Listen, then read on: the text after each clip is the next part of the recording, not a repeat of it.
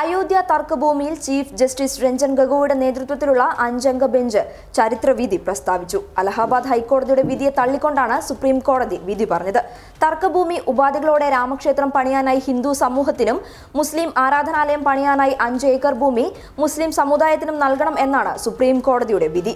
തർക്കഭൂമിയായ 2.77 acre ഭൂമി ഹിന്ദു സമൂഹത്തിന് നൽകിയപ്പോഴും ശ്രദ്ധേയമായ നീതി തന്നെയാണ് മുസ്ലിം സമുദായത്തിനും നൽകിയിരിക്കുന്നത്.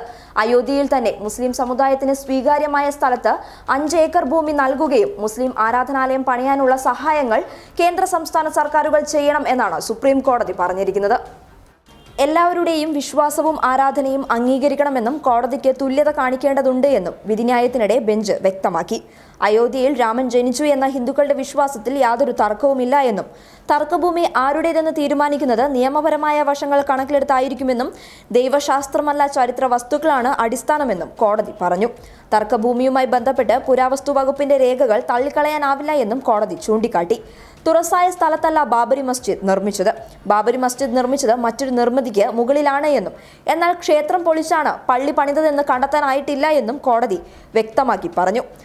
അയോധ്യയിലാണ് രാമൻ ജനിച്ചതെന്ന ഹിന്ദു വിശ്വാസം തള്ളിക്കളയാനാവില്ല. എന്നാൽ രാമജന്മഭൂമിക്ക് നിയമപരമായ അസ്തിത്വമില്ല എന്നും അതേസമയം ദൈവസങ്കല്പത്തിന് നിയമപരമായ അസ്തിത്വം ഉണ്ട് എന്നും കോടതി ചൂണ്ടിക്കാട്ടി.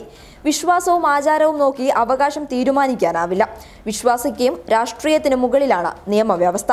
മതേതരത്വമാണ് ഭരണഘടനയുടെ ആണിക്കല്ല് എന്നും എല്ലാ വിശ്വാസങ്ങളും തുല്യമാണ് എന്നും സുപ്രീം കോടതി പറഞ്ഞു. മുസ്ലിം വിശ്വാസികൾ എക്കാലത്തും ആരാധന നടത്തിയിരുന്നു. മുസ്ലിം വിശ്വാസികൾ ഒരു കാലത്തും പള്ളി ഉപേക്ഷിച്ച് പോയിട്ടില്ല. വിശ്വാസം നേർവഴിക്കുള്ളതാണെങ്കിൽ കോടതിക്ക് ഇടപെടാനാവില്ല എന്നും സുപ്രീം കോടതി പറഞ്ഞു. തർക്കമന്ദിരത്തിന്റെ ഉൾഭാഗത്ത് മുസ്ലിങ്ങൾ ആരാധന നടത്തിയതിന് തെളിവുകളുണ്ട്. അതേസമയം പുറത്ത് ഹിന്ദുക്കൾ ആരാധന നടത്തിയതിനും തെളിവുണ്ട് എന്നും രഞ്ജൻ ഗൊഗോയ് പറഞ്ഞു. അതിനിടെ ഉടമസ്ഥാവകാശം സംബന്ധിച്ച ഷിയ വഖഫ് ബോർഡിന്റെ ഹർജി തള്ളി.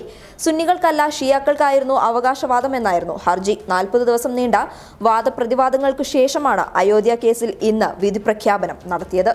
News desk public Kerala.